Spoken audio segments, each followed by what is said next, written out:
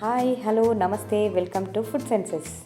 ఇవాళ చేసుకోబోతున్న రెసిపీ వచ్చేసి అరటికాయ పచ్చడి అండి. ఏంటి చూడ్డానికి ఫ్రై లాగా ఉంది, పచ్చడి అంటుంది ఏంటి అనుకుంటున్నారా? ఇది పచ్చడే అండి. చూడ్డానికి ఫ్రై లాగా ఉన్న పచ్చడే. పేరుతో ఏముందండి, మనకు టేస్ట్ బాగుందా నచ్చిందా అన్నదే లెక్క.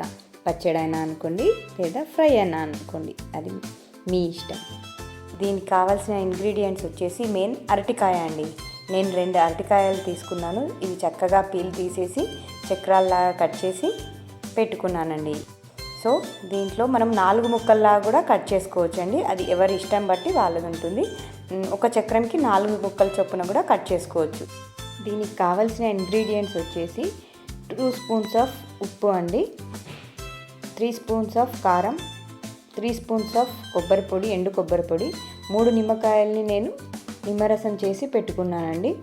ఒక 2 స్పూన్స్ ఆఫ్ ధనియాల పొడి, కావలసినంత పసుపు, కావలసినంత అల్లం వెల్లుల్లి పేస్ట్.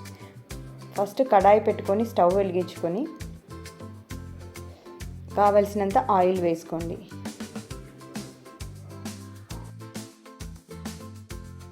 పచ్చడి కదండి, ఆయిల్ కొద్దిగా ఎక్కువనే పడుతుంది, కొద్దిగా ఎక్కువనే వేసుకోండి. కానీ నేను ఇప్పుడు మాత్రం డీప్ ఫ్రైకి సరిపడా ఆయిల్ వేసుకుంటున్నానండి.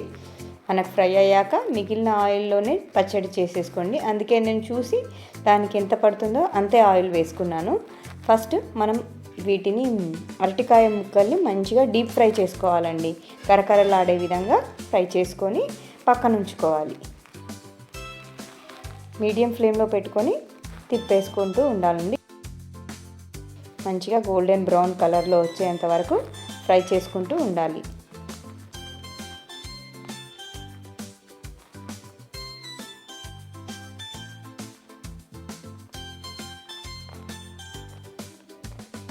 చూడండి, నేను కరకరలాడే వరకు అయ్యేంత వరకు ఉంచేసి తీసి పక్కన పెట్టాను. మళ్ళీ ఇంకొక వాయి వేసేసుకొని మళ్ళీ అదే మీడియం ఫ్లేమ్లో 2 వైపులా తిప్పేసుకుంటూ మంచిగా ఫ్రై చేసుకోవాలి.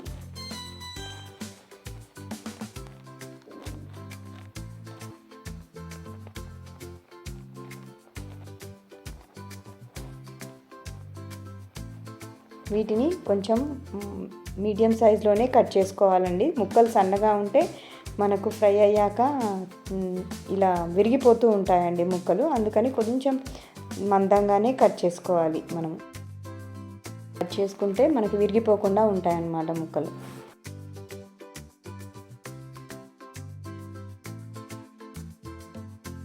నెక్స్ట్ అదే ఆయిల్లో మనం తీసి పెట్టుకున్న కారం పొడి వేసేసుకోవాలి. కానీ మనం ఫ్లేమ్ మొత్తం ఆఫ్ చేసేసి పెట్టేయాలండి, ఎందుకంటే మాడిపోయే ఛాన్స్ ఉంటుంది. సో ఆ వేడిలోనే మనం స్టవ్ ఆఫ్ చేసేసుకొని కొబ్బరి పొడి, సాల్ట్ కూడా వేసేసి బాగా కలుపుకోవాలి.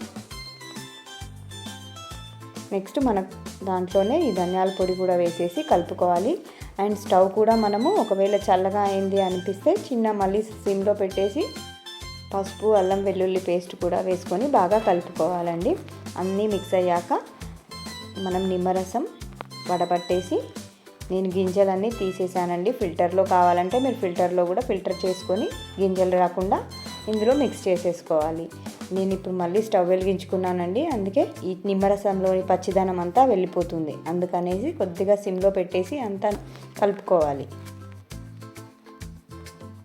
నెక్స్ట్ స్టవ్ ఆఫ్ చేసుకోవడం అంతే.